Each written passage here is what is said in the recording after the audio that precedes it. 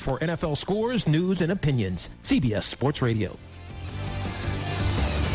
CBS Sports Radio. The only way you can take CBS Sports Radio 1140 with you is with the radio.com app. Download it today and listen to us anytime, anywhere. We've got your Raiders covered. Knock on wood if you're with me. It's Silver and Black today on CBS Sports Radio 1140. And now, here's your host, Scott Gobranson. Good Sunday morning, Las Vegas, and good morning, Raider Nation. Listening around the nation. That's right, around the nation. We're nationwide. Raider Nation. ZZ Top, baby. To Las Vegas's only All Raiders talk show, Silver and Black today on CBS Sports Radio 1140. I'm Scott Gobranson, your host, joined by my squad, Mr. Kelly Kreiner and Chaz Osborne. And we have another busy show for you on this final Sunday in October. Reminder, we are streaming on the radio.com app. If you don't have the radio.com app, you're just not cool. You're not with it. You got to do it. You can get radio from all over the country, including this show live, soon to be archived, so stay tuned for that. And sad news this week, of course, as Raider Nation lost another beloved son. Raiders great Willie Brown died this week at the age of 78. Brown was a fixture for the past 50 years in professional football, with the majority of that with the Raiders. We're going to spend some time talking about Willie Brown, his impact on football and the Raiders, right before the top of the 9 o'clock hour. So don't miss that segment. You can call in and share your Willie memories if you'd like at our new phone number. That's right, our new phone number, 702-257-1140. Ooh, yes, 1140. Easy to remember, right? 702-257-1140 is that phone number if you want to call in and participate, which we invite you to do. You don't have to. Some of you are shy, or you're just afraid that we're going to make you rethink your thoughts. But, hey, just call in, 702-257-1140. It was a busy week for the Raiders in more ways than one. A trade went down as former first-round draft pick Garyon Conley was shipped off to Houston in exchange for a third-round pick. As the roster tinkering continues, we'll talk about that. We'll also recap the loss at Green Bay one last time. Then we'll turn the page looking at this week's matchup as the Raiders finally see the light at the end of the tunnel on what seemed like a never-ending road trip. They haven't played in Oakland since September 15th. The long nightmare is almost over, Raider Nation. They're coming home. Today's guests include Mike Meltser, longtime sports talk host in Houston. We will break down with us the good, the bad, the ugly from today's opponent, the Houston Texans. So we'll get his expert analysis ahead of today's game. Allegiant Stadium, the new home for the Raiders come July 2020. Yes, it's still on track, folks. Is steaming along as the intricate cable system roof was raised this week. So big progress. We're going to talk about that a little bit. It's a sight to see. The most complex task of the whole project. Mick Akers from the Las Vegas Review-Journal, a frequent guest here, will join us live to discuss parking. That's right, parking. And to tell you how he walked, not we, to the stadium from all the proposed sites as we perhaps put to bed some rumors and concerns about the parking at the new stadium. Also, we are streaming live on video, YouTube, Facebook, and on Periscope. Twitch, too, if you're a gamer, you can find us there as well. All right, guys, so we are back and want to welcome in my team here, starting with Chaz Osborne. Chaz, how are you this morning? Morning, Raider Nation. You're ready? To go. You're ready to go? Talk about little Raider football today? Always ready to talk Raider football. All right, and then also Kelly Kreiner. Kelly had some trouble getting to the studio this morning, right? Yeah, that's not exactly sure what happened on the 15, but they had the on-ramp to the 215 shut down. And I noticed Chaz wrote down the new phone number. Maybe he'll call into the show today. Yeah. I mean, I'm talking Raiders. You guys won't let me talk. I'll just call in. Chaz might be one of our best callers if he called in. Okay, guys. So let's jump right in and talk. We're gonna get to some community news as well. Our correspondent David Stepanian, as well as Chaz Osborne, we're out at the big Raiders Foundation poker tournament. Yeah. Charity poker event to benefit week. the Nevada Youth Football League. And I'm trying to get Chaz on video here, but he moves around all the time. So no, stay there, stay there. Okay. And so we're going to talk about that in a little while. But this week, news, of course, interesting development. So they traded Kalichi Osemele in the offseason. Right. to the Jets. He didn't work out there. He hurt his shoulder, had some surgery, and now they've released him, guys. And I think he actually has a good dispute against the Jets because it just doesn't seem like they actually follow protocol unless he somehow lied to them. But it doesn't seem like the Jets are in the right there. You guys follow that story at all?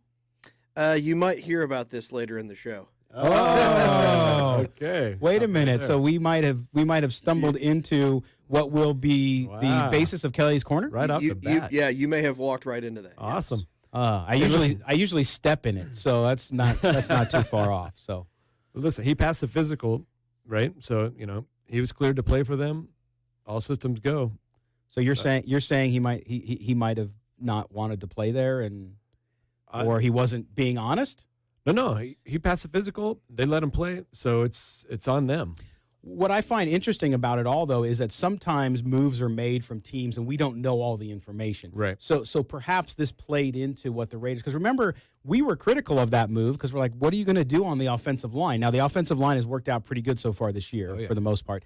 They played well. But, Kelly, remember, you were highly critical of that trade, but maybe they saw something we just couldn't see because we're not on the inside. Yeah. But certainly he didn't work out in the New York Jets. And I love Raider fans. Let's go sign him. It's like, no, I think you're I just fine. like how the Jets had him as doubtful this week after he had surgery. It's like, okay, that's one way to do it. It's better than the NHL with their injury, upper body injury, lower body.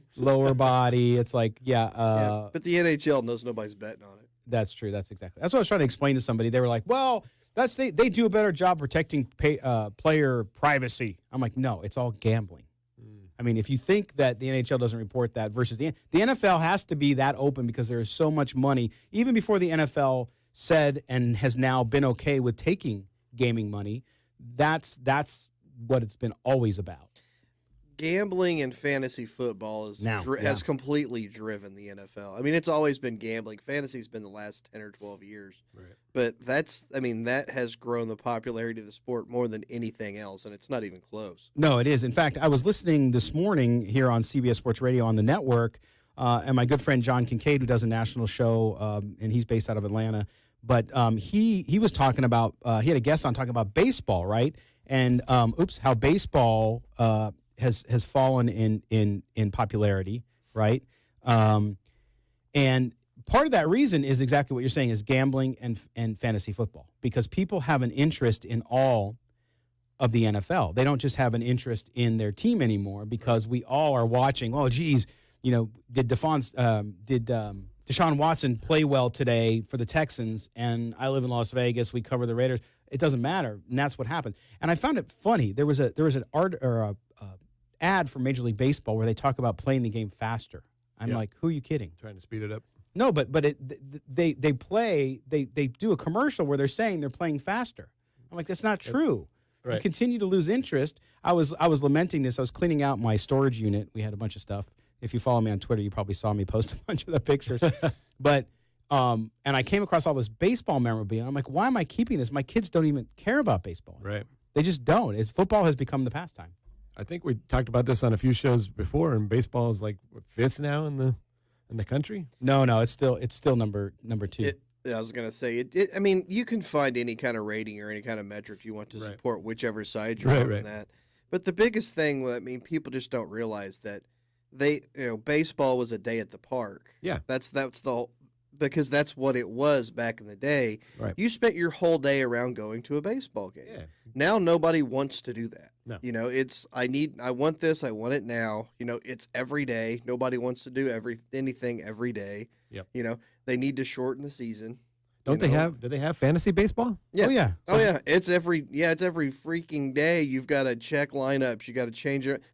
I don't play fantasy baseball because I'm too lazy for that. Yeah, because I was doing basketball for a while, and it's the same thing. Yeah. Every day you're doing something. Yeah, people play fantasy, hockey, baseball, but that's where I think the NFL, in the brilliance of the NFL has been.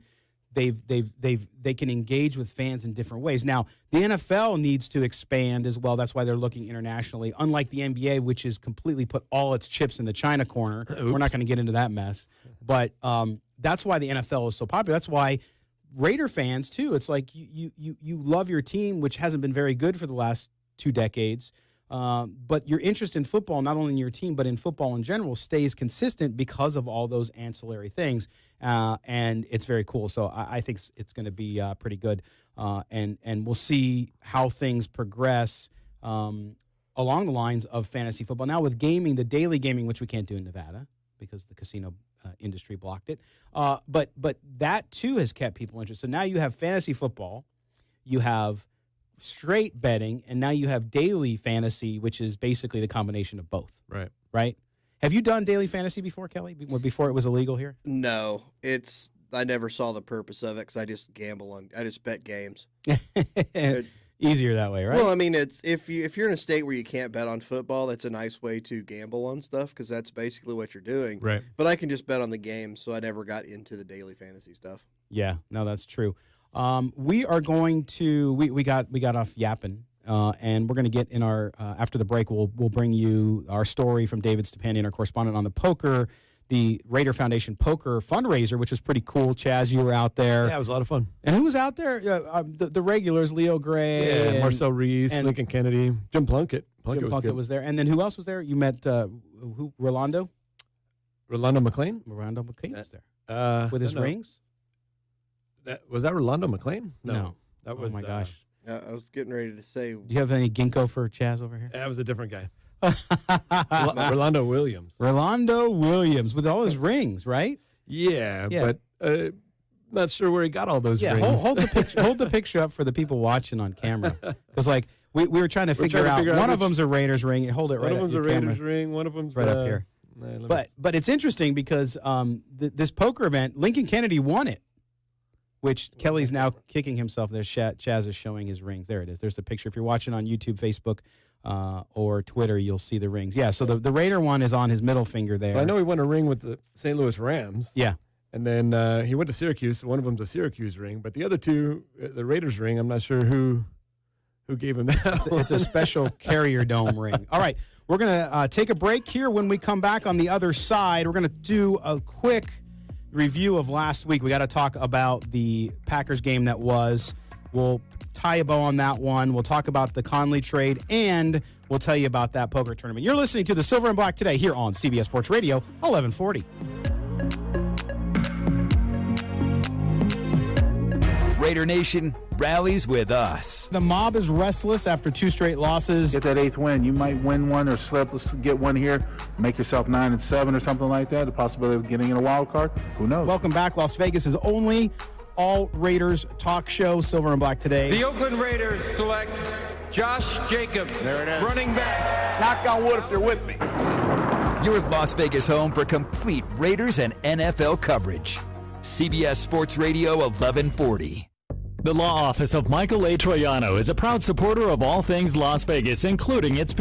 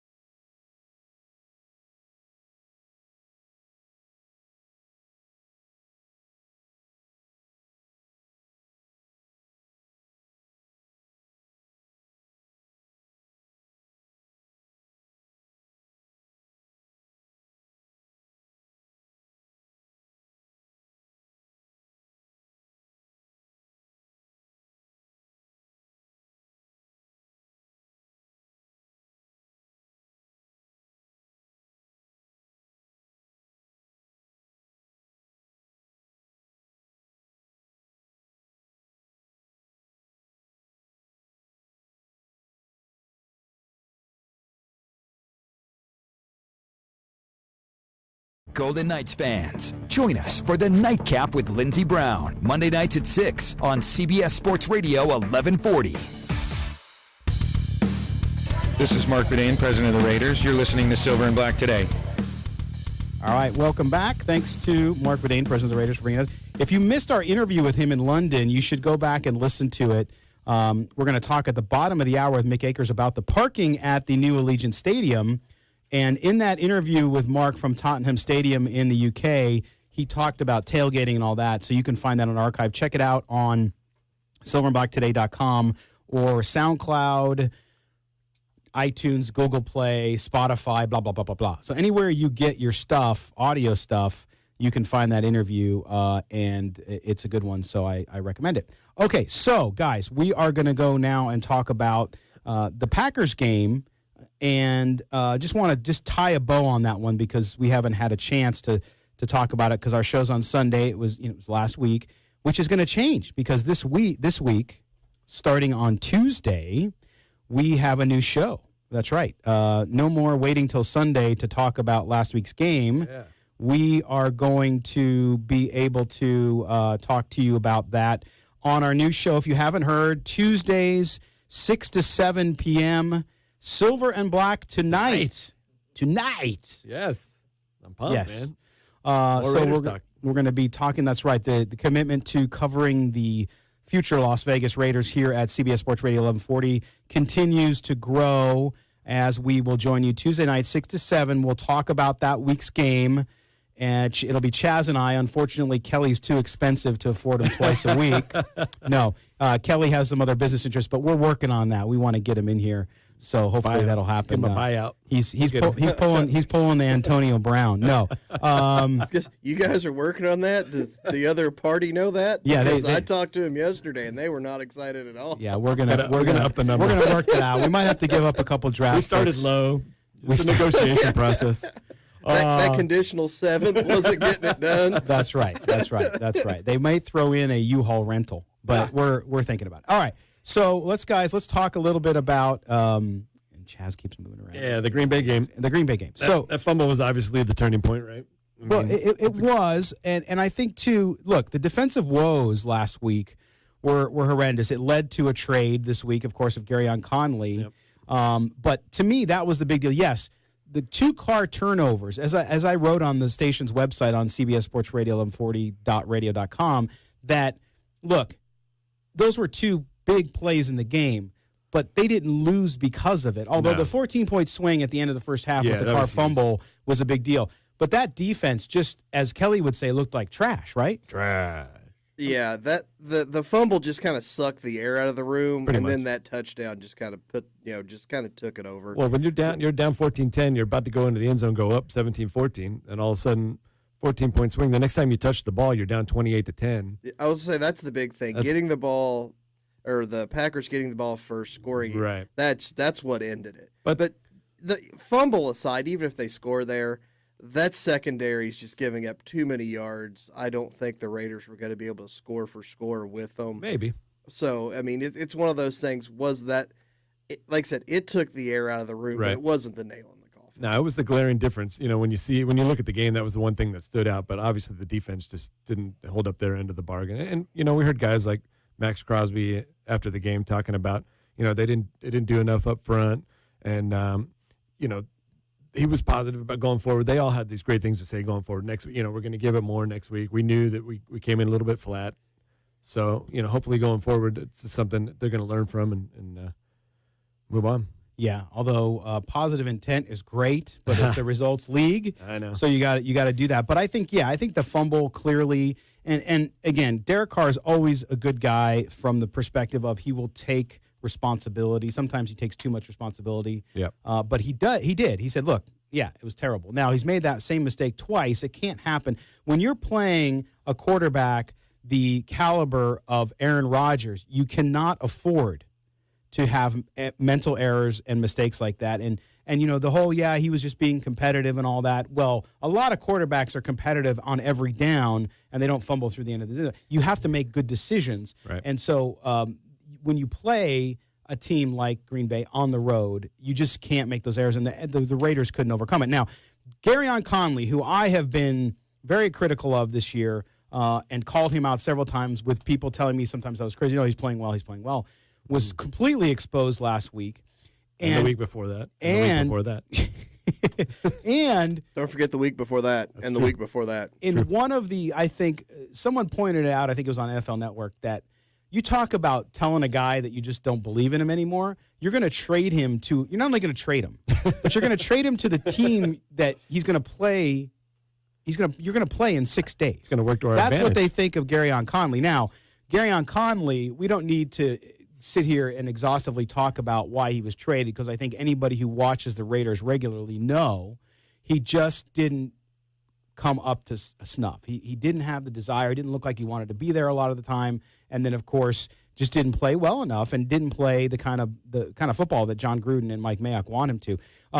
Who's going to replace him? Well, Trayvon Mullen, the rookie, is going to replace him. And they talked to Mullen. I want to play you some sound here about the opportunity that he now has. For me, I'm going to make the plays that come to me. Might not be a drastic play, and it might not be a knock your head off. But when the play come to me, I'm going to make it. If the run come to me, I'm going to make the tackle. You can depend on me. All right, there's Trayvon Mullen. Not a guy of a lot of words, but in essence, he's saying, "Look, I'm not Jonathan Abram at the cornerback spot. I'm not going to go out and kill people." But he obviously is now in the position to take this opportunity, Kelly, and run with it. Tell us why or why not you think he'll be up to the task. Well, the reason he's a big question mark is if you go back and watch him in college, he rarely got thrown at. Mm-hmm. He was looked at, as a shutdown corner type of guy when you look at his numbers, but when you watch the games, it's just there were other places to go against Clemson. You would go middle of the field. You would kind of go to the other side. So we're not exactly sure. We're not exactly sure how good he is because he hasn't been tested. Right. Well, Kelly, was that because they respected him so much they didn't throw at him? Well, it was a little of that, but also if you're a lot weaker on the other side, you're just going to pound the other side. Sure. Right. Plus, the ACC's been bad at football for about 5 years. This year being probably the worst ACC division I've ever seen in my years of watching college football. So just the level of competition hasn't been the greatest they've been facing on a daily basis or a weekly basis. Clemson's basically the New England Patriots of the AFC East. Is that what you're saying? I mean, it's even worse than that. I mean, it's like an XFL team with the ACC at this point. But you mentioned the college. This is like the Clemson Bowl today, isn't it? Deshaun Watson. Yes, a lot of Clemson guys. Reader, Renfro. Yes, Renfro. There's a story Hopkins. about Renfro and Washington. Watson, Washington. To go back to the Conley thing you mentioned earlier, after they made the trade, I made a text to a friend of mine who works in the league, and I asked him about, what does that say about trading a guy to somebody here playing next week? And his answer is just, that stuff's overrated. He goes, it says they were shocked they got a third-round pick, so they sent him out as quick as they could. Yeah. He goes, teams don't really care about in the division, in the rival stuff. If you get a deal that you think you cannot beat, you're going to take it. Right. Yeah. No, that's a great point. All right, we're going to now switch gears before we take a break. I want to play you this. The Raiders, again, their commitment to the Las Vegas community started 2 years before they moved here. And this week they had, for youth football, they held a charity poker tournament. Our own David Stepanian was here, and here's the story.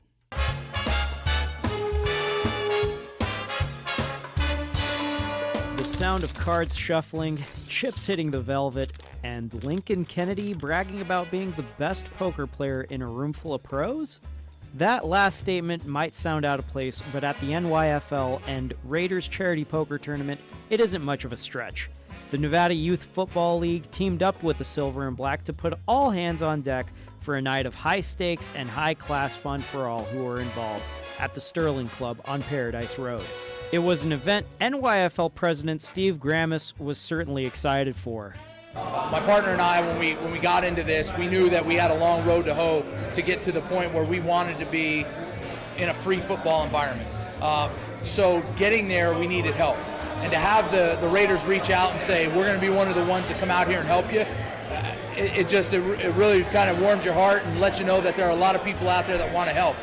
This event itself in particular, super cool. Like I said, you got some really really big names coming out here to play poker. We're going to see who can win this whole thing, win a seat at the World Series of Poker, and it's going to be fun for us. It wasn't just all fun and games for everyone. Lincoln Kennedy, a seasoned poker vet in his free time, was confident in himself, to say the least, but also knew the big story at the tournament was the benefit of Nevada youth football. One thing that I love about football the most is that it teaches you how to work with other people. And that's what we have to do in the world today. So I think football helps get you ready for that. More importantly, it's a great activity for kids to do after school. And so the Nevada Youth League, they have both, girls and boys playing. They also have other programs for girls. So it's a great way to give back to the community. More importantly, for the Raiders aspect, because as they're coming here, they want to help bolster up the community, show that they're an active part of it. It's a great way to give back, a great start. It wasn't only former Raiders in the building. Poker pro Matt Stout admitted that pro players take it easy at charity tournaments, but he was all in for the good cause they were playing for. It's going great so far. This is the 26th event the Charity Series of Poker has run. Our first time working with the Raiders Foundation. We're really happy to help welcome them to Vegas, introduce them to some of the poker crowd out here, and get them more involved as we try to benefit Nevada Youth Football League. Poker's become the #1 way to raise money for charity above golf recently, so it's really nice to help with my experience, my knowledge, and my connections with the poker crowd, just helping all these guys set up their charity poker events and try to help. The Nevada Youth Football League and the Raiders really raised the stakes for future charity poker tournaments, and there were nearly 200 buy-ins at $500 a pop. The ultimate jackpot for the NYFL would be to offer their Youth Football League for free to all kids who are interested. To find out more about their mission, head to gonyfl.com. That's gonyfl.com. For Silver and Black today, reminding you guys to remember when to hold 'em and know when to fold 'em. I'm David Stepanian. All right, thank you, David Stepanian. We're going to step aside. When we come back, Mick Akers from the Las Vegas Review-Journal will join us, and we'll talk Allegiant Stadium parking. You're listening to the Silver and Black today on CBS Sports Radio, 1140. Unfiltered hockey talk for Golden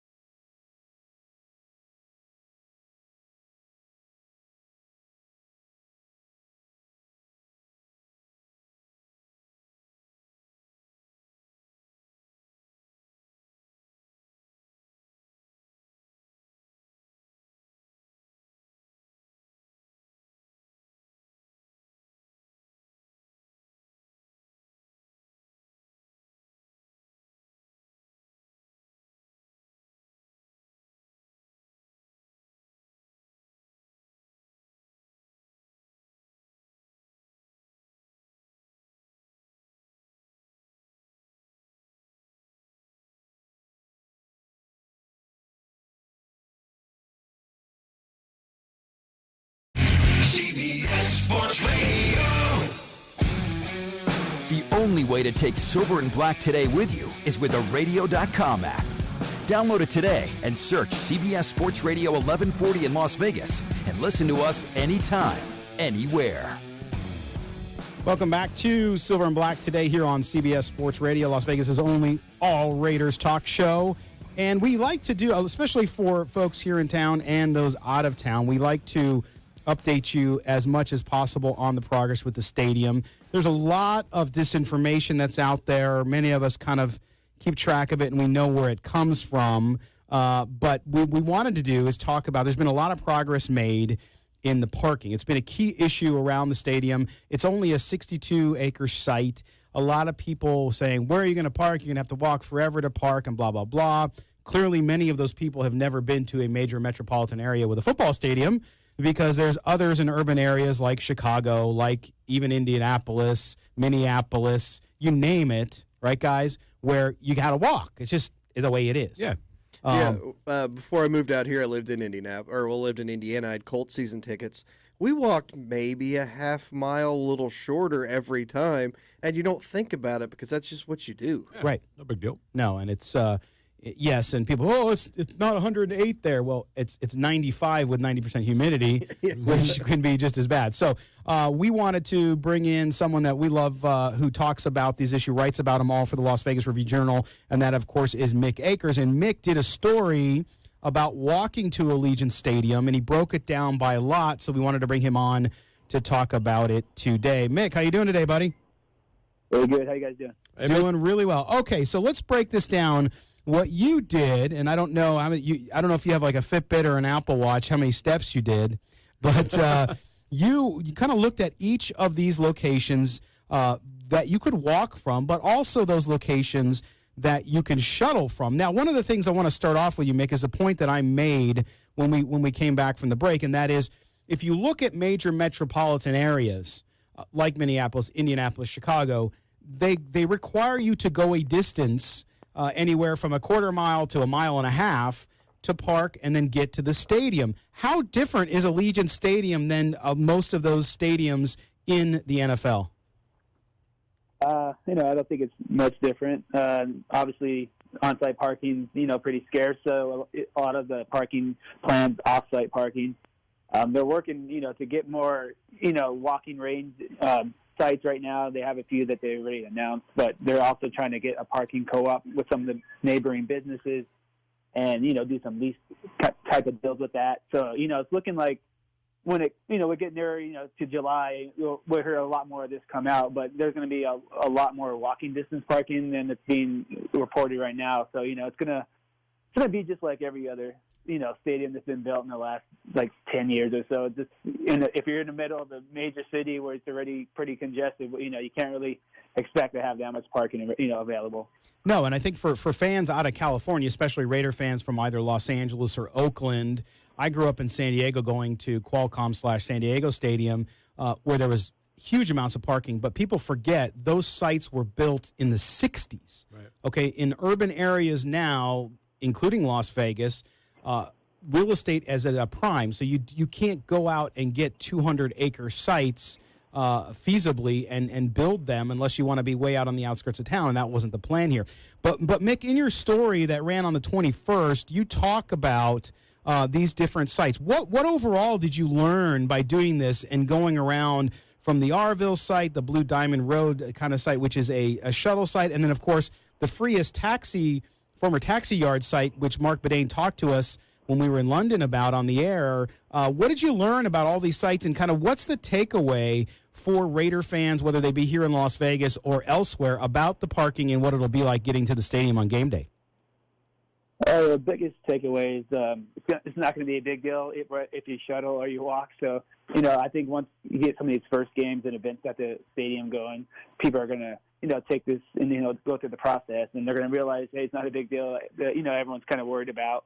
The walking one, did all those three sites, didn't, take much, up to 10, 15 minutes the most for the furthest one that's been announced so far. It was a pretty windy day, so, it wasn't the best weather day, and, it didn't really bother me much. So I would imagine people hyped up going up to a game, they're not going to be worried about it being windy or hot or cold or whatever. They're going to be ready to get to the game and have a good time. So, yeah, just the biggest takeaway is, it's not a big deal. So, again, Mick Akers from the Las Vegas Review-Journal joins us about stadium parking at Allegiant Stadium. Mick, you talk about 15 minutes. So those sites are anywhere from a half mile to a mile, right? And if you did this story a few days before the 21st when it ran, I would assume it was in the 80s or 90s, correct? Yeah, it was about 80. So, it's 80-something degrees. So, it's kind of hot for most other people outside of Las Vegas. So, I didn't even work up a sweat or anything. It was just a nice day, nice little stroll. You won't have to, deal with those, 100-degree temperatures with much of the games here in Vegas. Just the early, August, September games, where sometimes we still, reach 100 degrees. But, once you get past, those first few weeks, it's pretty much like, pleasant weather walking around. So I wouldn't imagine anyone's going to be complaining, especially from the cold weather cities. Hey, Mick, it's Kelly Kreiner here. When they first mentioned the stadium site and there's kind of the lack of parking that everybody was worried about, the one thing, I guess I got more of a comment than a question. The one thing a lot of people don't realize about your on-site stadium parking, it's way too expensive for most fans to use it anyway. Mm-hmm. So the bulk of your fans are going to be using these sites, like the off sites, or like the Las Vegas Strip hotels. Because if you're driving in from L.A. or you're driving in from somewhere, you're staying at a hotel for the most part. Yep. So I think people need to realize that's going to be the bulk of these parkings. So the issue for the actual on-site parking at the stadium it isn't that big of an issue because that many people weren't using them in the first place. No, that's right. And Mick, when you look at these stadium sites and the parking, that's the other issue, right? Is cost. And as Mark Bedane told us in London, the Raiders are going to, with this co-op, be able to have space but control pricing to control fan experience. What are you hearing? Because he told us, hey, look, there's going to be tailgating. Don't worry about it. But what have you heard in that process and where that might be? Is there any kind of leading site right now that you know of through your sources that could be the spot where people are going to be able to tailgate? I don't think there's, anything that's been out yet, but I would assume any Raiders-controlled parking area is going to have some kind of tailgating available. The only one that's been mentioned that's not going to have any is obviously the Las Vegas Village where the shooting took place. Obviously, would be in bad taste to have it there anyway. So that's the only one that's been said a definite no, where there's going to be any tailgating. But, with the Raiders trying to work with all the neighboring businesses, so they don't have that one business maybe trying to spike the price up on the parking compared to the others. That's why they're trying to get a uniform process going on that. But I would assume, just about any of the tailgating sites, the Raiders, or the parking sites that the Raiders are going to be running, that you'll have, some form of tailgating available on it. Yeah, no, it's going to be there. It's and folks who were worried about it, I don't think they need to be worried about it. And walking to the stadium, I mean, like you said in your story, 18 minutes to complete if you were at the Las Vegas Village over by Mandalay Bay. That's not a long walk. And, yeah, the first couple of games of the season, a preseason game, it'll be hot. Yep. But it's not that bad. I mean, nobody goes to preseason games. That's true. Now, when you look, there was one site that was always talked about, Mick, that we have not heard anything about anymore, and it appears that it's no longer something that's in consideration, or maybe we're wrong about that. But that, of course, is the Valley High Golf Course. Anything on that development? No, I think that one just has too much legal issues involved with it. So at first, it looked pretty attractive with the size and maybe building the bridge over and all that. But, once they, went in and actually were trying to get that thing done, it's just a lot of legal issues tied up in that. So I just think that's just going to take it out of the mix here. Bedane hasn't even talked about that site anytime I brought it up, anything about parking or anything developing. He hasn't even talked about that site for a while now. Well, Mick, I appreciate the work you've done, and thank you for clearing that up and letting people know. Make sure you go read Mick's story over on the Review-Journal and follow him at Mick, M-I-C-K, Akers, A-K-E-R-S. Mick, thanks again, man. We appreciate it. Hey, thanks, guys. Always appreciate coming on. Thanks, Mick. All right. I love when we're able to clear up some of the inconsistencies and rumors out there, and that's what we did with Mick. If you don't follow him on Twitter, do. He's always posting pictures of the stadium, updating it. and then, of course, covering a lot of the infrastructure issues like parking. And so if you have any more questions, you can always shoot him a message on Twitter. He's very good about responding. All right, we're going to step aside. When we come back, we're going to honor the great Willie Brown, who passed away at the age of 78 this week. You're listening to the Silver and Black Today here on CBS Sports Radio, 1140.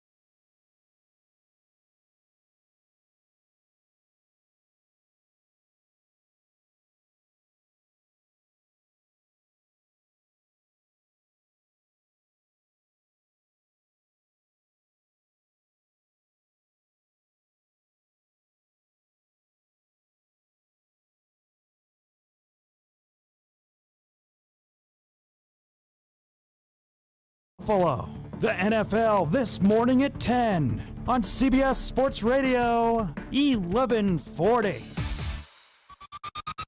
This is Silver and Black Today, live on CBS Sports Radio 1140. I have always believed that if you can dream it, you can do it. These men, along with my lovely wife, Liz, and family, receive any recognition that I may receive. They share in it. The thrill of being a world champion through a Super Bowl victory is something every NFL player dream about. But being voted to the Pro Football Hall of Fame is one of the greatest experiences that you can ever receive in any career. I'd like to thank you for that honor. May God bless you and take care of you. All right, a little bit of the great, now late great, Willie Brown at his acceptance speech in 1984 at the Pro Football Hall of Fame. Of course, Raider Nation, just a tough year. Yep. When you're looking at legends that wore the silver and black. Of course, Cliff Branch earlier in the year, a multitude of others, and now Willie Brown, a great player, great man. And we want to talk a little bit about Willie Brown and what he was able to do, his impact not only on the Raiders, but his impact on the game. Of course, he joined the Raiders in 1967, Super Bowl 11, the iconic NFL film shot to me, which is one of the best football shots ever of him running back. Yep. That 75-yard interception return from Fran Tarkenton in the Super Bowl in the close-up of the eye. Just an amazing... Old man Willie. Yes. Bill King calling that. And so to me, that is part of his legacy, of course, but so much more. If you saw the video Charles Woodson posted, and so many of the Raider greats and Raider players and coaches have posted about Willie Brown, really says a lot about the man. And of course, we had Coach John Gruden talking about his passing, and here's what Coach Gruden had to say about Willie Brown. It's been hard, it's been hard, especially for, Mark Davis and his mom that, grew up with these guys. I mean, these are legendary players and great people, and it's hard to swallow, losing Cliff, certainly, losing Willie, and as you mentioned, several of the other men that we have lost, but that's life. None of us are guaranteed the next day. That's why you live for the moment and pay your respects the best way that you can. There you go. There's Coach John Gruden on Willie Brown. And then Derek Carr also talked about Willie Brown, who had a significant point in his life. Of course, when he was drafted by the Raiders, Willie Brown was the man at the podium making the pick. The first time I heard or saw it was when I saw Scott's tweet, where he had passed away, and it's kind of surreal because Willie was one of the first people I had ever met as a Raider. He obviously called my name, reminded everyone about Mother's Day, and I remember getting the call, and I see this guy get up on stage talking about Mother's Day. I'm like, man, hurry up, say my name, and then just come to find out, getting to know the guy, just how loving he is, just how passionate he was about this team, the traditions that he carried on, that are still carried on in our building. Anybody who's been here over the last however many years, they have a story that they could tell about Willie. A lot of us have some good memories. Me, Marcel, Seawood. I remember a time him coming up to us and talking to us about some stuff that I'll leave privately. But it's just stuff you don't forget, right? Just some funny things that Willie was always funny, always laughing, had a great sense of humor, and was a true Raider. He was family. He loved this place, I'll tell you that. I think anyone who knows him knows how much the silver and black meant to him. All right, there's Derek Carr on Willie Brown. And guys, let's talk about the impact of Willie Brown. I mean, first of all, we were able to interview him at a charity event last season. He hasn't been around this season, I think, because of his failing health. But just the sweetest man. I mean, I have to use the word sweetest because such a genuine, nice person. Yep. And what an ambassador, not only for the Raiders, but for the game. But what, for you guys, what's the lasting legacy of Willie Brown? I'll start with you, Kelly. I mean, you talk about Willie Brown coming out of college, undrafted, out of Grambling, and talk about him coming out of college, his impact on the NFL. He's on that short list of the greatest undrafted players of all time. He's up there with like the Warren Moon and Night Train Lane, the guys like that. But you mentioned the biggest part of that. A lot of those top undrafted guys came from historic black colleges. Mm-hmm. These guys were not recruited like they are nowadays. It's like if you weren't at major programs back in the day, the chances of somebody seeing you and picking you up were slim to none. Right. And so he had to actually make an extra effort to be seen, to try to go out there, and he got picked up. And the other thing is he was one of those AFL, kind of bridge stars that comes from the AFL, who's a star, probably one of the best players in the AFL, comes into the NFL and still continues to be a great player. Yeah, kind of reinventing the game, right, with the bump and run defense, with an emphasis on the bump. Oh, yeah. You talked about that iconic NFL Films video, that interception. That pick six was really just a culmination of a brilliant Hall of Fame career, from a player that brought it week in and week out for 15 years. And as an incredible player as he was on the field, he was that much more of a person off the field. And you're hearing that from all the outpouring of support, the friends and the former players. And around the league. I mean, everybody. Everybody. And the guys I was talking to at the charity poker event the other night, everybody just had something nice, something great to say about Willie. He touched everybody. Yeah, and Willie Brown, of course, in the Pro Football Hall of Fame, retired in 1978, and just was a coach with the Raiders. And all this, the one thing I didn't know about Willie that I looked up was he, from 1990 to 91, was at Long Beach State. In 1990 with George Allen as a coach, college coach, and then George Allen passed away. They were trying to revive that Long Beach State program. So Willie was the last head coach in the history of Long Beach State, 1991, before they disbanded the program.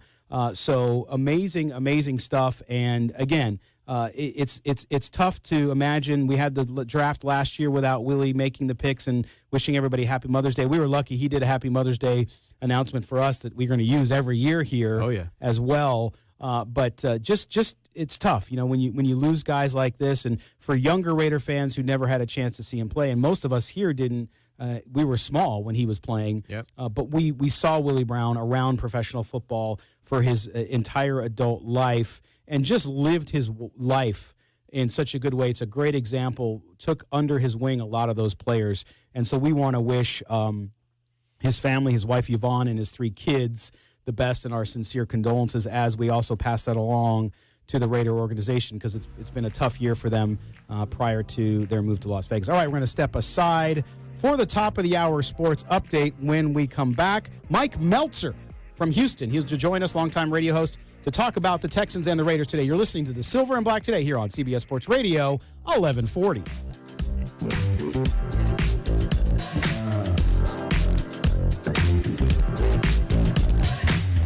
Bankruptcy, get your bankruptcy here. You, ma'am, you look like you've got a ton of debt. Well,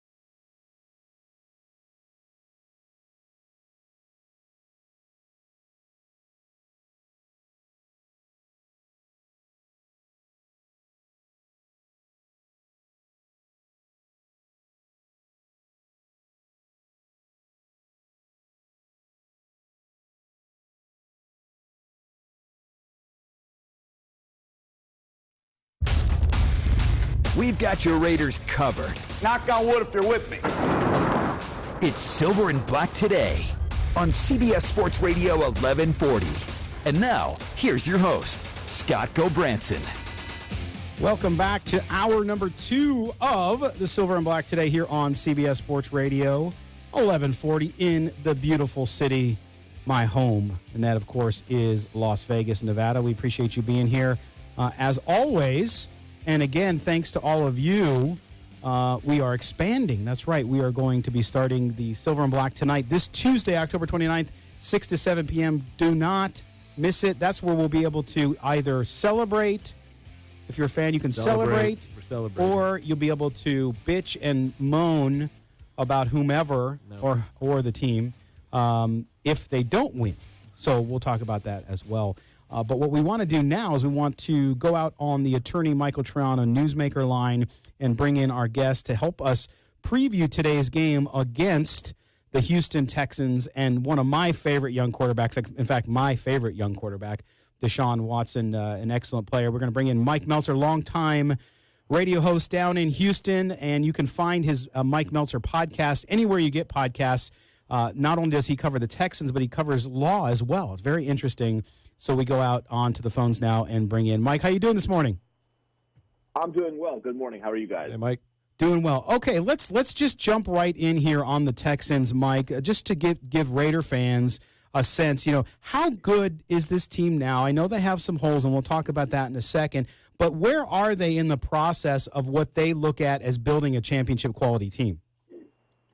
I think they're in pretty decent shape. Of course, like any NFL team, depending on what happens on this specific Sunday, will leave people feeling pretty differently, let's say, in about 8 hours than what we're talking right now. But I think they showed a lot of progress in the way they beat Atlanta and obviously the way they beat Kansas City on the road, which was, I thought, without question, Bill O'Brien's best win in his, 5.5 seasons in Houston. Their offense is better. Their offensive line is doing a better job of protecting Deshaun Watson. And Deshaun has taken a step this season, and I think he's playing at a pretty high level. They lost to Indy last week, which I won't kill them for because I think Indianapolis is very well coached. I think has a deeper overall roster. And I think the Texans playing Indianapolis, who was coming off a bye, was not an easy spot to get a win. So I think Houston is in a pretty solid position. I think they're in a position where they should obviously contend for the AFC South with Indianapolis. But a game like today is the kind of game where they need to make sure to win, especially being at home, just to kind of make sure you keep track with Indianapolis because their schedule is substantially easier than Houston's over the next month or so. All right. So Mike, let me ask you, since you brought up Deshaun Watson, where is he in his development? I know it's not on the field play because I've been watching that and that's been good. But even I love his press conferences and his demeanor and how he seems like he's just matured so much. He is a guy who's ready to take on that responsibility. Where does he still need some development, and where has he far surpassed maybe what people thought he would be? I think the biggest thing that he has done, and it's one of those things where it's if you're just like watching a bunch of NFL games at once, this is not the kind of stuff that would really stand out to you, but just adjusting against the blitz. Like when people are sending blitzes, 5 guys, 6 guys, getting the football out quickly, even for short gains. It might be 3 yards, it might be 5, but just finding a way to get himself out of the blitz and making sure he completes passes and keeps the offense going. That to me has been the single biggest improvement Deshaun has shown from last season to this season. The Texans can do a lot on offense. They do have some issues with injuries, like Will Fuller's not going to play today, but they have a pretty deep set of skill guys between wide receiver and running back and tight end as well. And I think he's done a good job of utilizing all of his weapons. And I just think he's playing at a pretty high level. Like, you look at the stats last week, and they're not that great. I actually think he played a pretty good game. He just got a little bit unlucky in certain situations. I kind of blame that more on the talent around him, not executing. But he's clearly playing at a pretty high level. And if you're asking me, like, what's one specific area where he's improved the most, it would be against the blitz. Hey, Mike, Kelly Kreiner. I got a question about the defense. I mean, the secondary's obviously been the biggest issue that they've had, so much so that they traded for Gary and Connolly this week. So it leads me to the question, do the Texans watch football? Yeah, You know, it's funny. Like, I'm watching last week, and this is where I worry about where the Texans are, because they're sort of like all in with the Laramie Tunsil deal and some of the other moves they've made. But like, you look at what they had defensively, and I'm talking like even against Kansas City in the fourth quarter, but even last week when they're sitting there and it's like, and the cornerbacks are basically Lonnie Johnson, Phillip Gaines, Keon Croston. Like, these are the cornerbacks they have on the field against Indianapolis. And I'm sitting here and I'm like, if you're talking to me in the offseason and you're asking me who I want playing in my secondary at cornerback, like, of those guys, I want, like, maybe Lonnie Johnson, who was a second-round pick out of Kentucky, playing, like, 10 or 15 snaps. The other guys I don't want on the field. Like, they're in a situation where their top two corners, Bradley Roby, who's actually done a pretty good job this season on a one-year deal, and Jonathan Joseph, they're both hurt. Joseph may play today with a neck injury we shall see in a few hours. Those guys are not allowed to be injured for the Texans. Like, they are not allowed to be hurt, and the problem is the last 2 weeks they have been hurt. So they're just throwing out like a bunch of almost total jags, like guys who can get off the street essentially. And like every possession, I sort of feel like if they get a 3-and-out or if they get off the field, it's a massive win. So I think what they're betting on with Garyon Conley, who, you know, I obviously have seen some of the highlights or lowlights from last week. I think what they're hoping for is that they're buying low on like a distressed asset, and that since the Texans don't have a lot of assets moving forward to like help out their secondary a lot, that they can buy low on somebody who's pretty young, and he can play much better here. Like, I think Roby would be a pretty good example of that, because when the Texans signed this guy in March to a one-year deal for $10 million, I had my buddy in Denver on our show in Houston, and he was like, and he crushed Roby, which is fair because Roby was not good in Denver, as I'm sure you guys know. But through the first, month to 5 weeks of the season here in Houston, Bradley Roby was actually a good player. And so I think with quarterbacks sometimes, especially on a defense with J.J. Watt and Whitney Merciless and those guys, maybe a change of scenery makes all the difference. All right, we're joined by Mike Meltser, covers the Houston Texans, and longtime radio host. Hey, Mike, this is Chaz. You mentioned, Bill O'Brien's coaching against the Chiefs, and that was a big win. My question is kind of, now that he's taken on the GM role, do you think that's affecting his coaching at all? I don't know if it's affecting it now. It terrifies me for the future because he now has every incentive, as we just saw and have seen for the last 2 months, that all of a sudden they're pouring draft picks into acquiring veteran players, whether it's Duke Johnson or Laramie Tunsil and Kenny Stills or it's Garyon Conley. And I don't think it's sustainable long term in that, I would just put it to you guys this way. Look at the division that the Texans are in. You look at Indianapolis. Frank Reich is a better head coach than Bill O'Brien.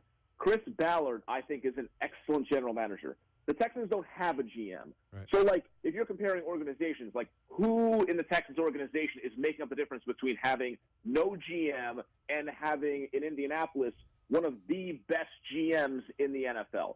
Now, the good thing for Houston is, unlike if we had this conversation in January, now the Texans have a better quarterback than Indianapolis does. So that's a good thing. But to me, at some point, yes, I do think that they will need to add a GM.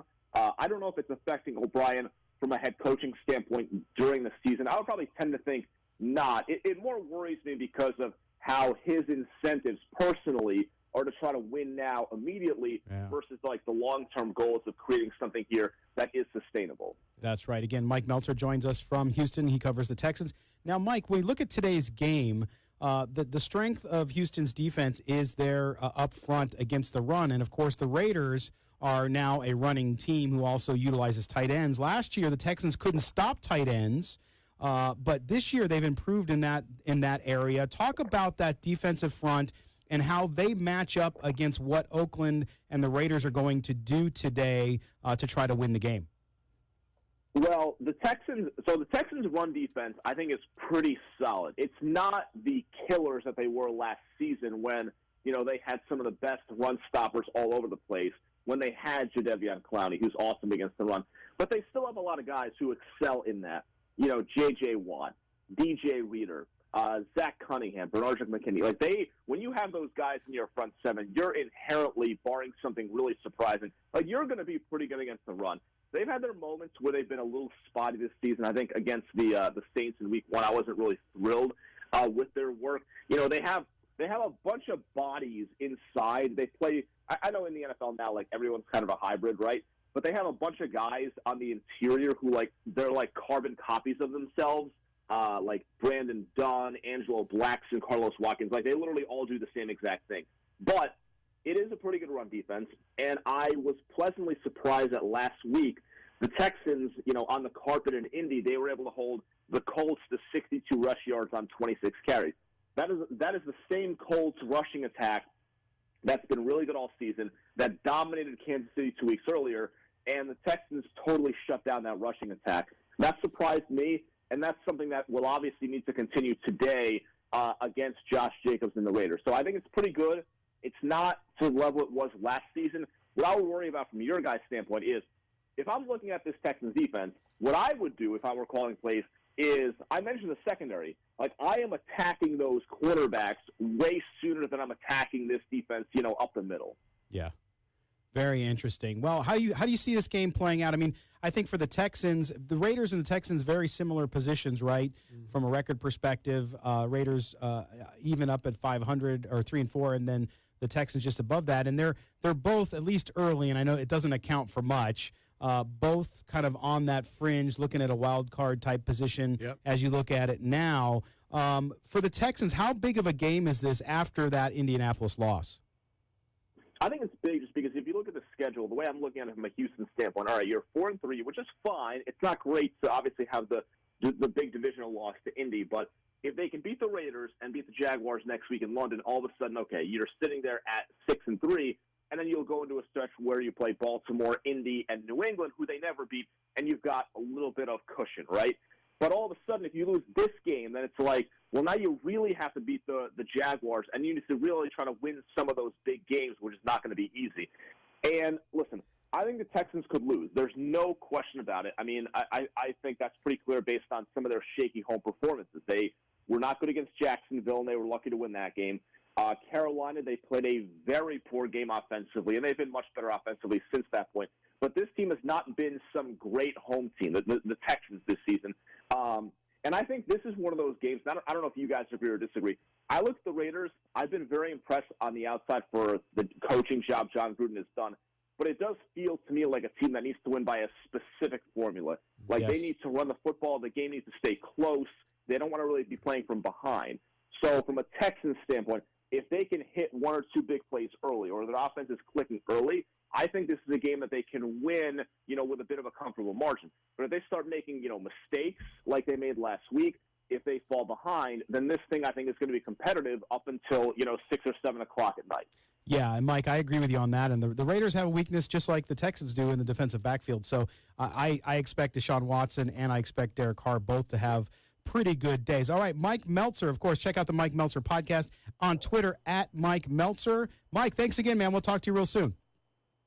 Sounds good. Thank you, guys. Thanks, Mike. All right, so there you have it. We are going to step aside. When we come back, we'll break down the game today between the Raiders and the Texans from our perspective. You're listening to the Silver and Black today here on CBS.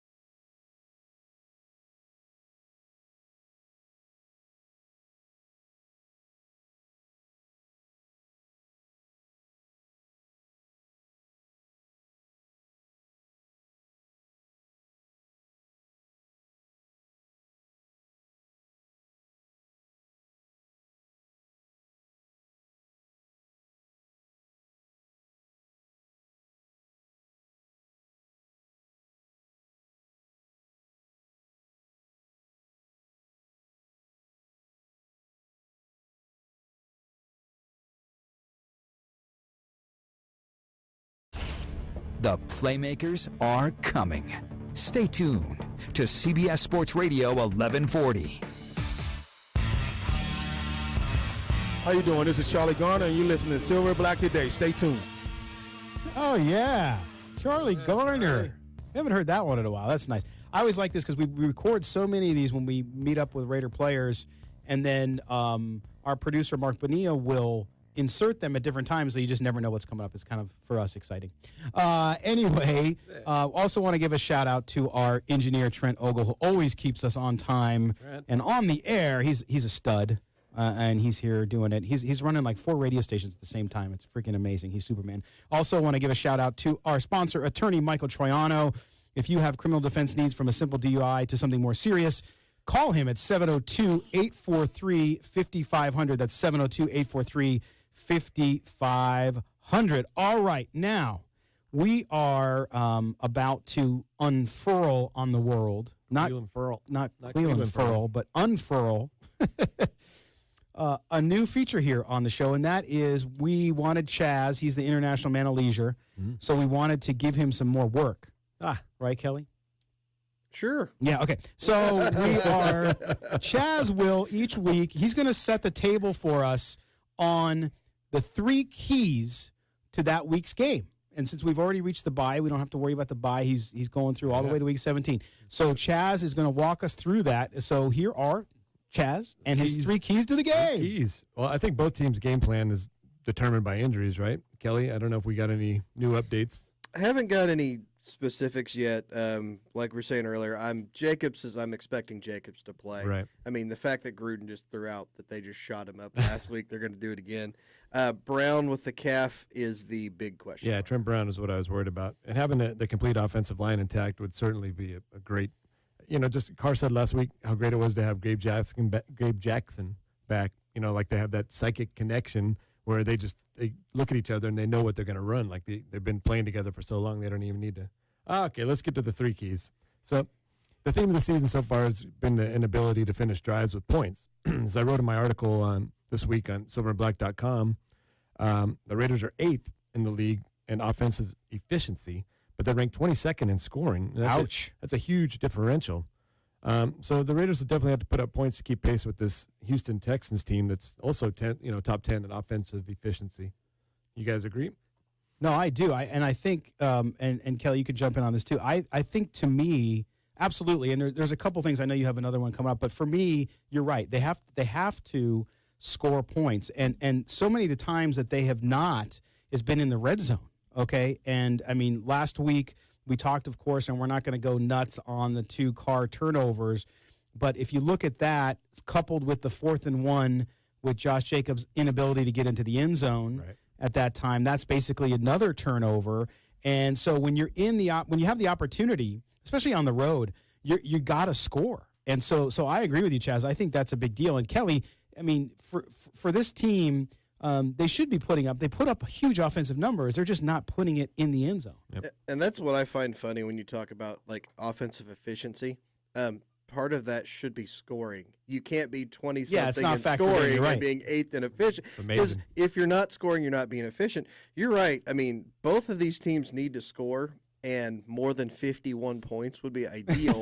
But both of these offenses are, I mean, especially with Kenny Stills in for Fuller, it's going to be a big play day. Right. Deshaun Watson's going to be looking for those big chunk plays, and Oakland's going to need to have some too on the other side, because there's going to be 3 or 4 times where they're going to be hitting those big plays with Hopkins and Stills. Yeah, it's going to be a fun one to watch. So the second key, you got to try to contain Watson. The Raiders defense will try to contain Watson. I say try because it's almost impossible. Like, Aaron Rodgers, he slips the pocket to buy a few more seconds, and inevitably a receiver is going to break free. I personally don't think Watson has the most accurate arm.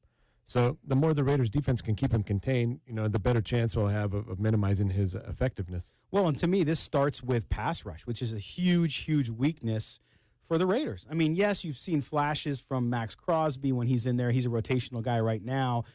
Furl's still a work in progress. He's been injured. Of course, Mo Hurst, P.J. Hall, all the Arden Key's been injured. So they've had trouble. And to me, you're going to have to play. You also are very, very thin at linebacker. And I think this is why this key, Chaz, is to me the top key, because you have to. He's going to get his. He's going to put up numbers. There's no question, especially with his defensive backfield too. So you're going to put up question, but you need to pressure him more than you did last week with Aaron Rodgers if you're going to have any chance in this game, Kelly. Yeah, Watson's not looking to run as much as he has the last couple of years. Right. Like, there were times where you could see, if the first read wasn't there, he's kind of getting out of the pocket. Mm-hmm. He's starting to stay in a little more. So, that's not going to be as big of an issue. You're not going to have to worry about that. But like you said with the linebackers, if he does get, out of the pocket, he could run all day. Yeah, he's slippery. So my third key is Arden key. No, I'm just kidding. The Raiders, they need to take care of the ball. They need to win the turnover battle. As we saw last week in Indianapolis, if you can make Deshaun Watson uncomfortable, he will make mistakes, and the Raiders ultimately have to capitalize on those mistakes. So, let's see Max Crosby punch a ball out. Let's see Cleveland Ferrell get his hand up in the passing lane and pop one up for an interception. Basically, you bring the energy and good things are going to happen. Well, and to me, that is true. The Raiders have not been very successful at creating turnovers this entire year, and I think that's played into. Now, look. Coming off this road trip right now, where the record stands, is good. Yeah. We talked early in the year; they could very well be 1-6 at this point. Well, I think we thought 2-4 was probably what it was going to be right now. After the Andrew Luck retirement, we kind of looked at that one as a win, even though they're a lot stronger than everybody thought they were going to be. But still, 3-3. Kelly told us 3-3 ahead of the curve. Well, but so to me though, in order to win the turnover battle today, you have to have an error-free Derek Carr. Yep. And what I mean by that is he doesn't have to have 500 yards passing. I'm not saying that. He just has to do and learn from mistakes like he did last week. So don't push the ball in the end zone with your one hand trying to run. I know you're being competitive. You're just trying to make a play.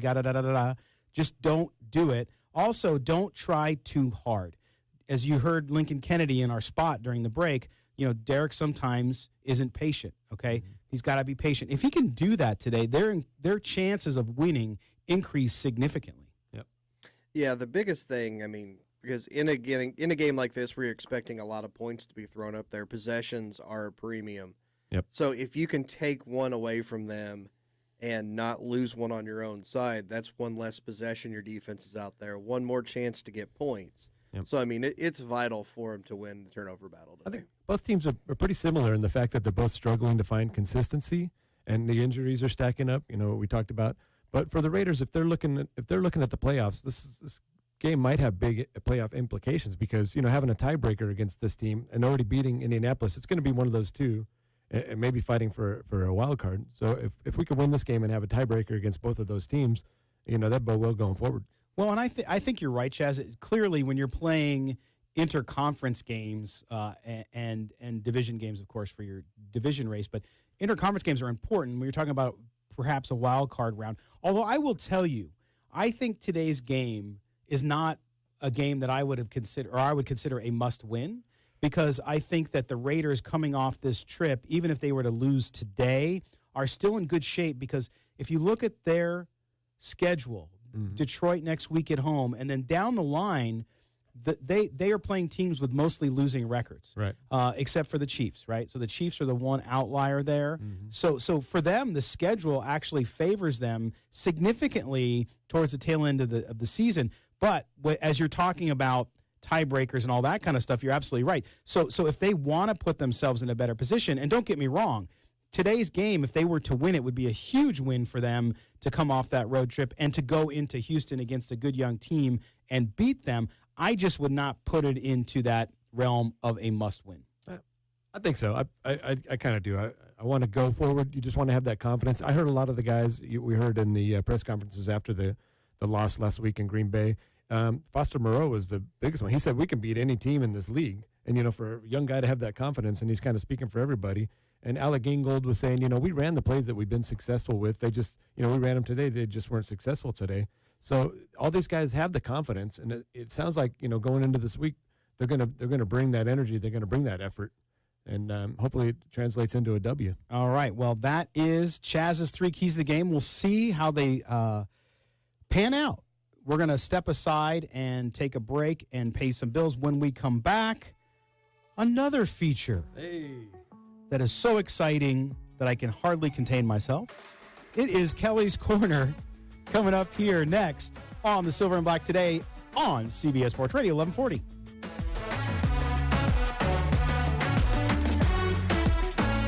Raider Nation rallies with us. The mob is restless after 2 straight losses. Get that 8th win. You might win one or slip. Let's get one here.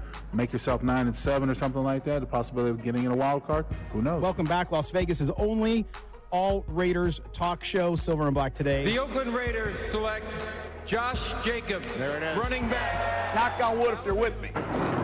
Your Las Vegas home for complete Raiders and NFL coverage. CBS Sports Radio 1140.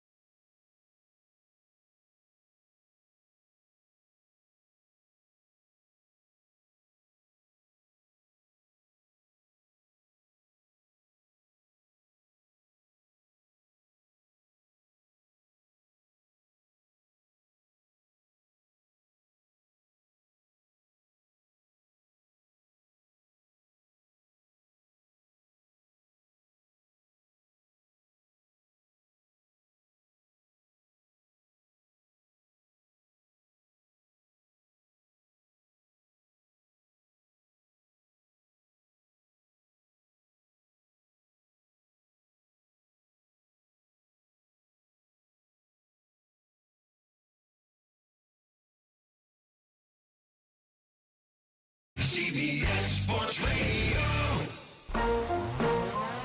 You found the most in-depth coverage of the Silver and Black. This is Silver and Black Today, live on CBS Sports Radio 1140. Here's your host, Scott Gobranson. Welcome back as the show rolls on as we head towards the Raiders' 1:25 Pacific time start against the Houston Texans. And the last game of the marathon road trip is upon us. Oakland will be very happy next week to host a game for once again with the Lions coming to town. And I'm jazzed. I'm excited. It's time for Kelly's Corner, which we always love here because Kelly does. He really, we joke about it.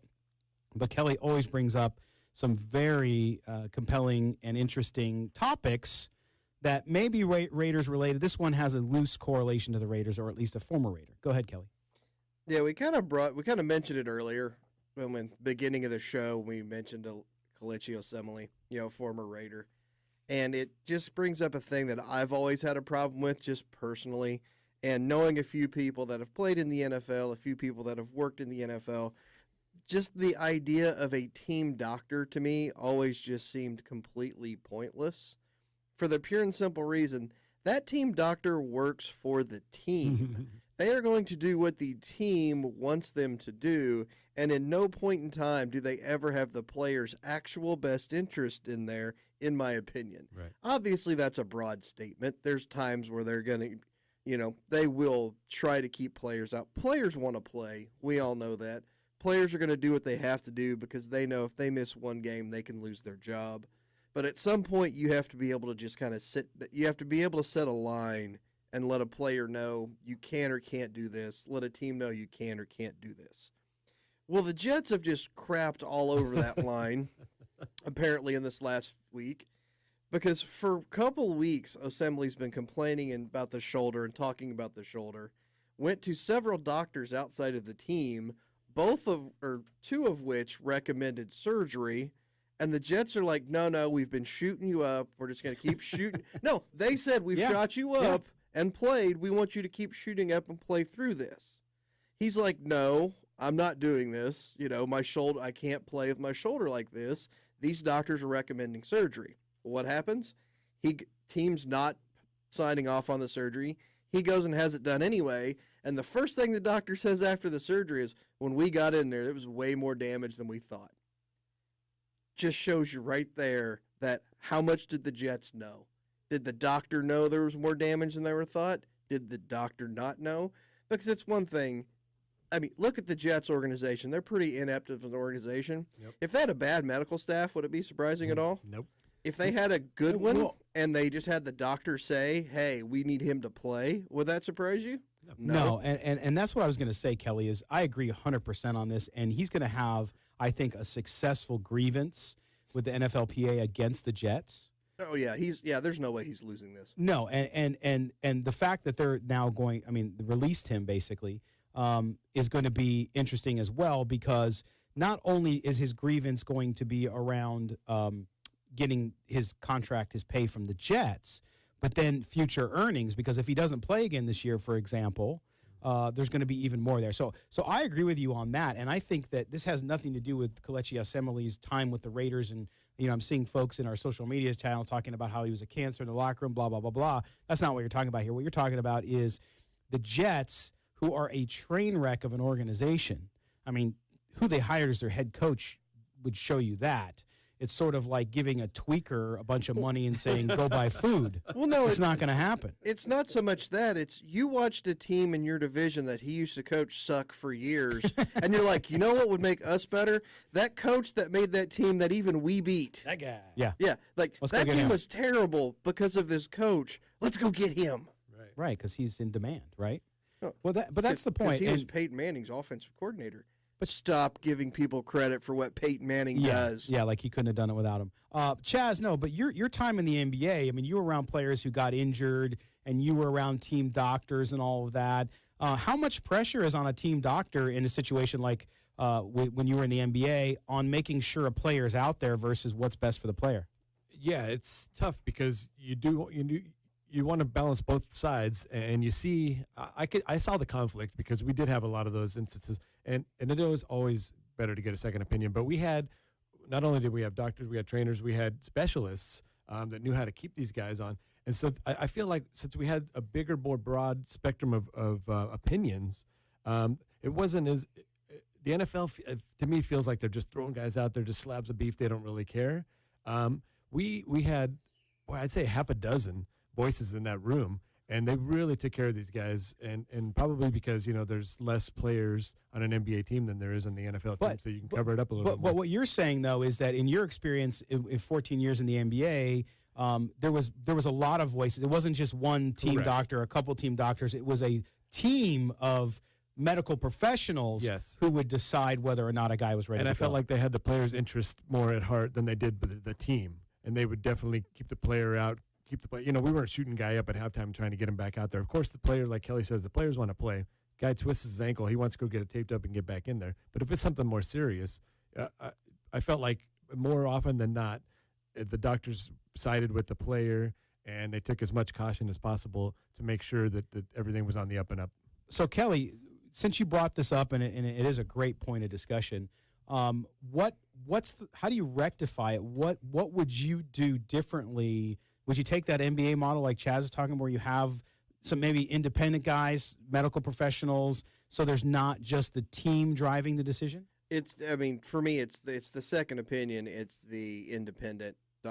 There's a reason that Dr. James Andrews has a medical compound that's better than most like foreign countries' medical systems down in Alabama, because he is the one person everyone goes to. You need a scope, you need any kind of sports medicine type thing. He is he's the name everyone knows. Right. You need somebody like that, not necessarily him, but you need that specialist, that second opinion. Because, like I said, the team doctors is paid by the team. Right. I don't care what anybody says. That's a conflict of interest. Any kind of independent doctor is just that's what they are.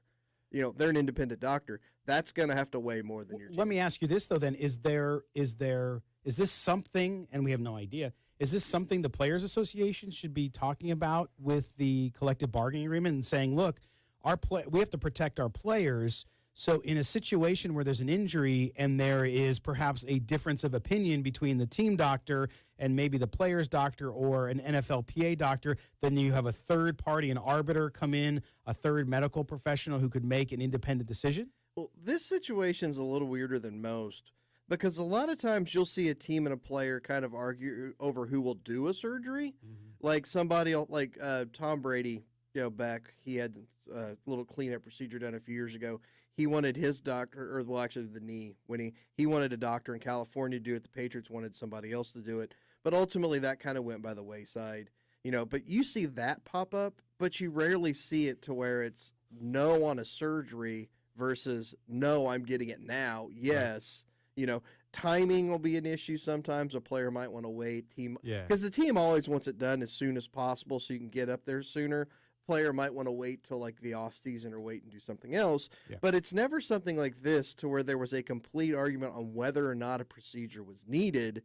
And as we find out, it was needed a while ago because if there's more damage than was expected, that's something that was there before and just kept getting worked on. Yeah, and I saw Shaq do that too when he got his surgery. He said, I got hurt on your time. Yeah, I got injured on company time. I'm going to get my surgery on company time. And so that's, those are outliers. It's the player himself. But I think the dynamic of the guaranteed contract probably plays more into the difference between the NFL and the NBA, correct?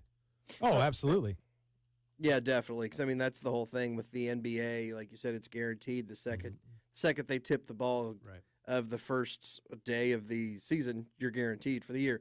Now, NFL vested veteran stuff, like those things are different. Mm-hmm. But in the NFL, your guaranteed contract might be guaranteed for the year, maybe nothing left. Depending on the structure of a contract. Right. So it's like you're saying, those guys want to be out there. And the difference is that, there's only 5 players on an NBA team. And you got 52 players on an NFL team. So that's the difference is that there's multiple players on NFL and a lot less on the NBA. There's no bench in the NBA anymore? Well, No, and that's the thing. I think, you look at the Raiders. Let's bring this back to the Raiders. Josh Jacobs hurt his shoulder last week, right? And he's a tough guy. He got shot up, and he didn't practice this week, which is not a big deal. Usually a lot of veterans don't do it. Now, he's a rookie, but being a bruising running back like he is, you have to be concerned with that. We'll see how it goes today. Hopefully there's no issue there.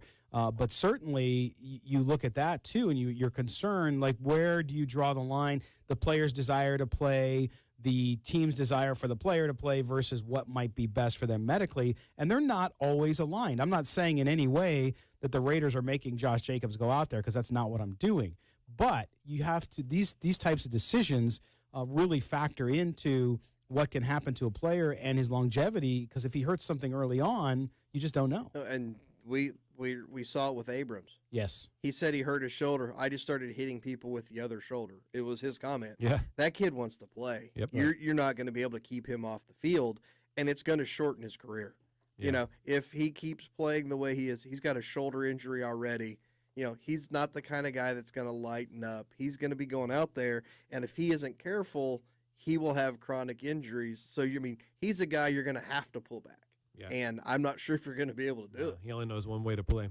Well, no, and that's when you draft a kid too, you get the player, and if that's his game and it shortens his career by 5 years, that's the way it goes. And you want somebody to be able to maybe change some technique to take off some of the pressure. We've seen running backs do it where instead of taking the big hit, they'll run out of bounds. Although Emmitt Smith seemed to do just fine despite the fact, but he towards the end as he got older, he even said, I would go out of bounds a little more and not take the bruising hits. Marvin Harrison was one of the best ones at ever doing that. You never saw him get blown up. Yeah. And then Reggie Wayne came in. The first thing he learned from Marvin was don't take the big hit, get down. 2 yards isn't worth it. Right. Tim Brown was great at that, too. All right. Wow. Good conversation. Thank you, Kelly. I appreciate that. Kelly's Corner, always good times and good thoughts there from our deep thinker, Kelly Kreiner. All right. When we come back, we're going to talk about the Raiders game, give you our predictions. I don't know how happy you'll be about them, but we're going to give you our predictions, our NFL picks, and we'll preview Silver and Black tonight. Yes, our second show, 2 nights a week. We will be on Tuesday from 6 to 7 p.m. We'll preview that show and our guest next on Silver and Black Today here on CBS Sports Radio 1140.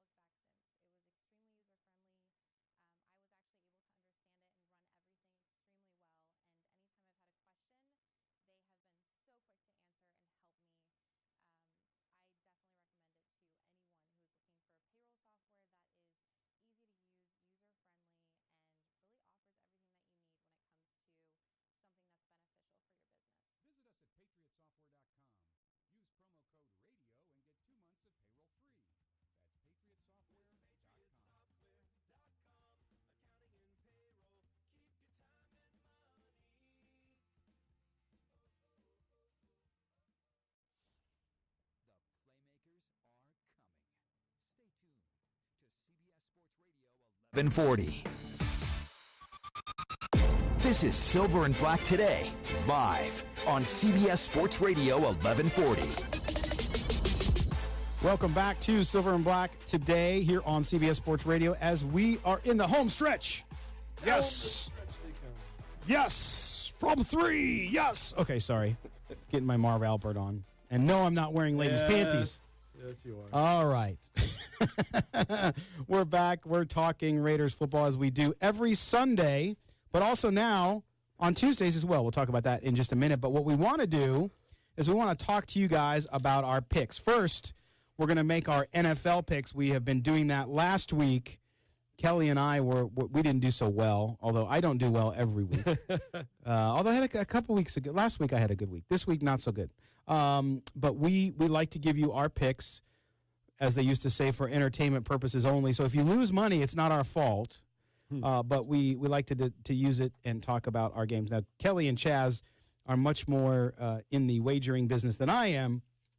So we're going to start with the man who was 2-0 last week. Were you 2-0 or 1-1? 1-1. 1-1. 1-1. Chaz sometimes goes a little crazy with his picks, but they somehow work. Man, so what do you got this week for us, Chaz? They keep the lights on out here in Vegas for a reason. I go opposite of the public, and it seems to be working out so far. What do you got? Let's see. I got, where is it? Oh, my goodness. Well, I was going to go with Philly plus 1.5, but you said you're taking Philly plus 1.5. Oh, thanks for giving away my pick. So I'll do. Spoiler alert. I got a bunch of them here. I'll go with, let's take Arizona Cardinals. How about that? Arizona. Arizona plus 10.5. Drew Brees is going to come back. He's going to disrupt the timing of that team. And Arizona's going to keep it close, but ultimately the Saints will win. Okay. Then And your second pick. I've got Carolina Panthers going to the NFC my Championship against those New Orleans Saints. So big win in San Francisco today is going to help that cause. They're getting 6 on my thing here. I don't have an updated line, but we'll go with Carolina Panthers plus 6. Yeah, do you trust a guy who doesn't have the updated line? I don't know, Kelly. I picked this up last night. Kelly had a rare off week with me. Mine's not rare. Yours is. You were 0-2. What do you got this week, Kelly? The fact that Bears under is how a 102-yard kick returns all they have until garbage time, and then Mitch Trubisky just throws on.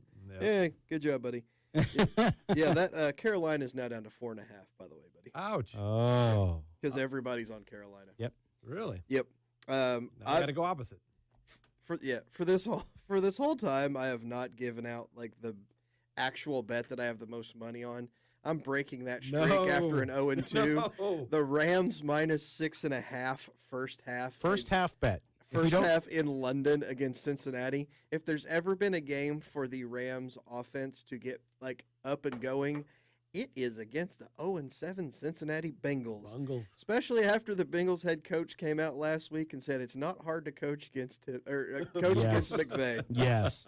So all right. So Bengals and the Rams first half. So if you're able to bet where you are legally, or if your bookie will take first half bets, then Kelly is on the Rams in the first half against the Bengals. Hard to argue with that one. All right, for me, I have Green Bay plus 5.5. Excuse me, yeah. And I have minus 5. Minus 5. Thank you. And Eagles as my underdog, as they are on the board, at 1.5. Yeah, it's a good play. So do you want my second pick? Sure. Actually, you know, I just got excited. I might win a game this week. I don't blame you because I don't even want to say this out loud. I'm taking the Dolphins plus 14 on Monday Night Football. Yes. Dun, dun, dun, The dun. Dolphins. That's a good play.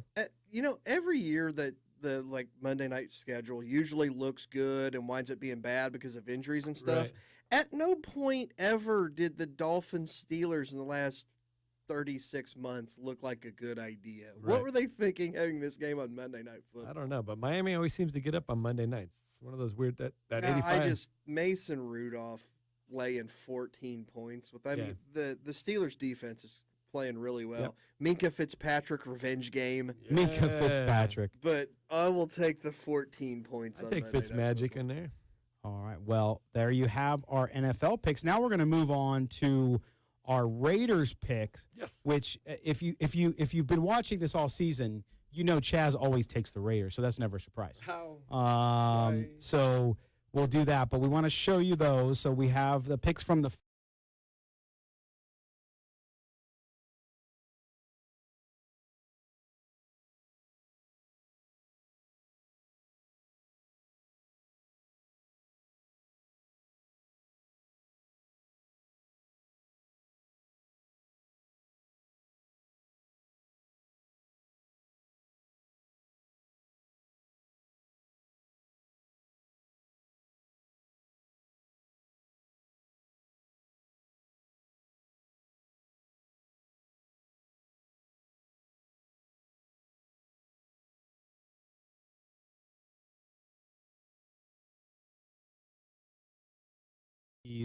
and I just went down in the 20s there.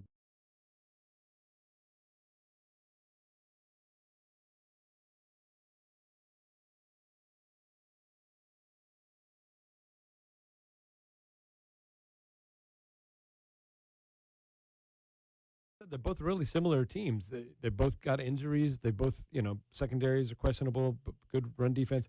I think Josh Jacobs is going to be the X factor.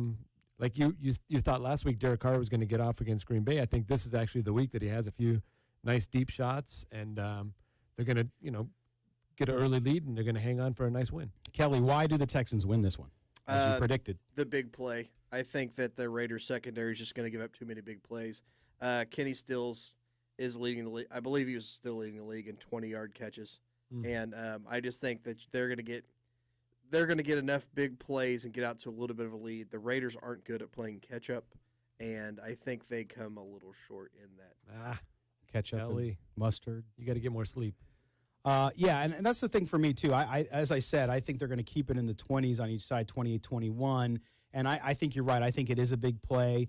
And as much as I believe that Carr and the offense will play better, I just think there's going to be some sort of turnover here. And it's just tough playing on the road. They're at the end. Sometimes when you get the end of a long journey, it's the most difficult piece. That was the other part of mine too. It's like you're finally at you're like you said, at the end you're of the finally tunnel. at the end of this last game, and it's just that one kind of factored in for me as well. But after hearing all the guys after the game last week, just really they still had that positive energy. They were still like fired up for the next week. They were already looking forward to we got to get back on track next week. We're going to do all the right things. Yada, yada, yada. So, they kind of made up my mind for me. All rainbows and unicorns. Well. All right. Great job, guys. Listen, want to remind you guys, this week, starting on Tuesday, we come to you for a second time. That is Silver and Black Today. That is a show we are adding. The commitment to the Raiders here at CBS Sports Radio 1140 increases. So we're going to have a second show. That show, 6 to 7 p.m. on Tuesdays, we're going to use that show to really go in depth on that week's game. So today's game against the Texans, Chaz Osborne and I will be with you on Tuesday night. Talk to you about that. Mo Moten, our senior NFL columnist, will also be with us on this week's show to talk about that Raiders game and give you his 2 cents on how things went down. So we're going to be able to do that. It'll be an opportunity for you guys to also call in and share your comments as well. So make sure you do that. We'll stream it just like we do this one on video as well. So make sure you do that. Chaz and Kelly, as always, thank you so much, guys. Yeah, thank you.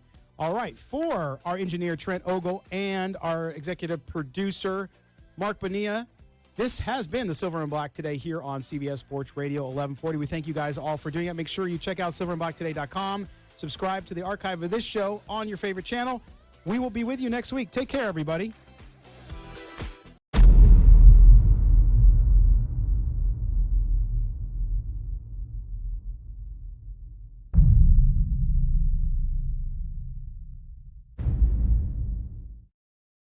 Sports Radio 1140 and on radio.com from 8 to 10 a.m.